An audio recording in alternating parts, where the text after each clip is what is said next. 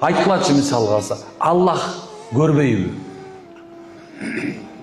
Эмне ушак айтып атасыңар? Аллах көрбейбі? Эмне себептен субханалла бири-бирин бузуп атасыңар? Айтқылачы, эмнеге зына кылып атасыңар? Эмне үчүн ойноштук кылып атасыңар?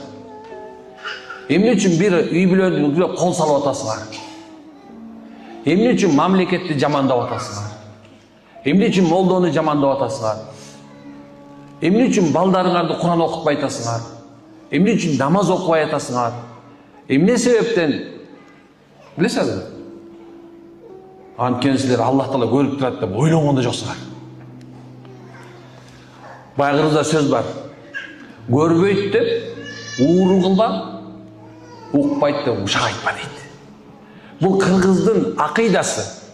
Ата-бабабыз Ханафи, Матуриди ушунча бекем болгондугунан ушул сөздөрдү көп айтышкан. Укпайт деп ушак айтпа дейт.